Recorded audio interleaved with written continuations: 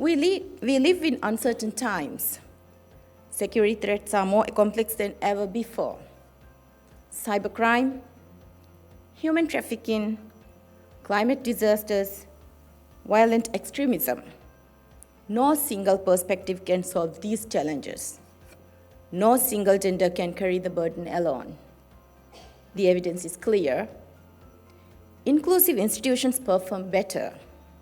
They adapt faster. They inspire more trust. This is why empowering women in policy matters, not just for the Maldives, but for our region and for the world. And to the young women and girls listening today, let me say this clearly. Security is not close to you. Policing is not beyond your reach. These are professions where you can thrive and where your unique strengths are needed more than ever. Courage is not measured by size or background. True courage is shown in how you rise above adversity.